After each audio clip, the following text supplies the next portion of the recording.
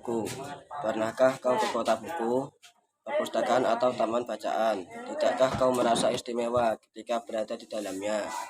Di sekelilingmu ada bagai tokoh dari dunia nyata dan khayal, tempat yang pernah kau kunjungi dan yang dalam informasi dan cerita dari masa lalu, masa kini dan masa depan. Semua berbatu, semua berada dalam pengalamanmu. Saat berada di antara buku, tidaklah kau merasa menjadi raja dan ratu. Ruang dan waktu seolah menyatu tanpa batas. Kau bisa terbang melintas dekat negara dan melewati berbagai zaman. Kau tak bisa menyelam ke dalam samudera, melayang di angkasa, bercanda dengan aneka satwa, dan berkelana di tengah padatnya kota juga di rimba raja.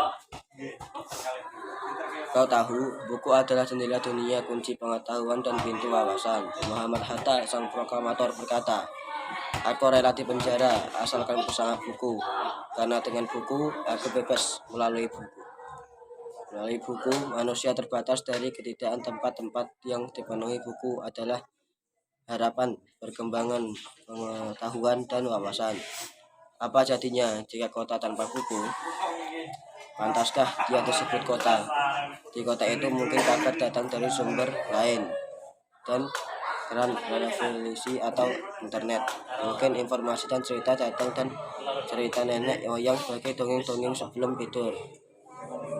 Irama warganya pun tiada untuk kembali pulang siang atau sore harinya.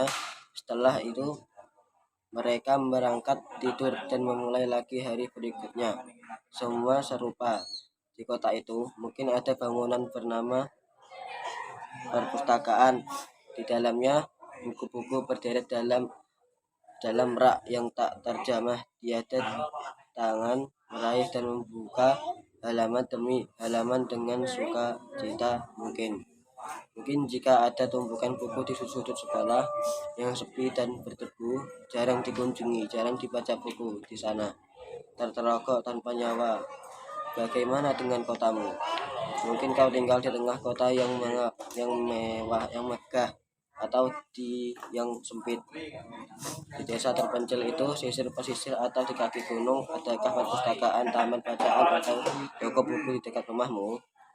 Jika ada, apakah tempat itu menjadi wadah berkumpulnya anak-anak, atau warga menjadi berkembangnya dan pengetahuan, atau hanya menjadi pajangan? Maukah kau menjadi orang yang menghidupkan? Kau bisa mengunjunginya, mengajak teman-teman membaca dan berbagi cerita di sana. Jadikan tempat itu sumber kegembiraan dan pengetahuan. Jika tempat itu belum ada, maukah kau menjadi orang yang melalui menghadirkannya?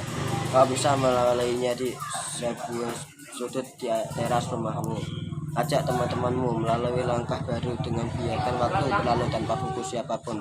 Dirimu bersahabat dengan ibuku, dia akan menjadi teman setiamu sepanjang waktu.